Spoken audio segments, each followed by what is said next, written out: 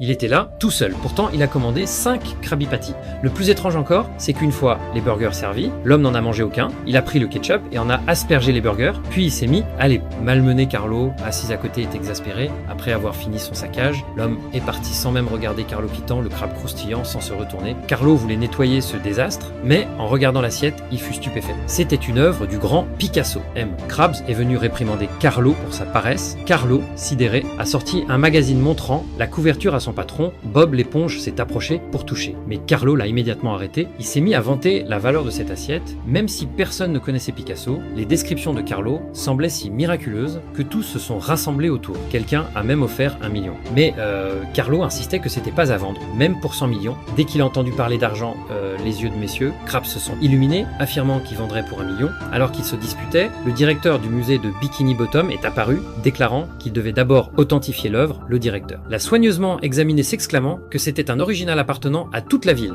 L'après-midi, une longue file s'est formée devant le restaurant Plankton. Voyant cette agitation A, regardé à travers ses jumelles convaincues que l'assiette cachait la recette secrète, il a foncé à vélo et volé l'œuvre de Picasso. Monsieur Krabs, entendant des cris A, immédiatement appelé la police pour arrêter Plankton dans sa panique. Plankton s'est réfugié chez Bob, l'éponge posant négligemment l'assiette sur la table. C'est alors que Patrick est entré et a avalé l'œuvre d'art d'une bouchée. C'est ainsi que le malheureux Plankton s'est retrouvé en prison, tandis que Patrick, le vrai coupable, s'en est tiré sans problème.